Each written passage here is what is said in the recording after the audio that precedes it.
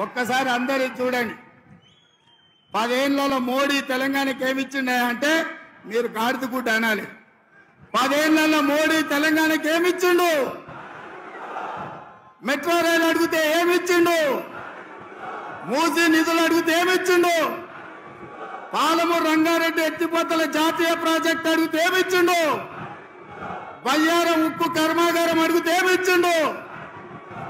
Kazipet railway coach factory అడిగితే ఏమిచ్చిండు?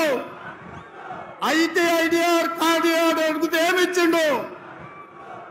ఇవాళ తెలంగాణ రాష్ట్రానికి మోడీ ఏం తెచ్చిండంటే గాడిద గుడ్డు తెచ్చిండని చెప్పాలి మిత్రులారా.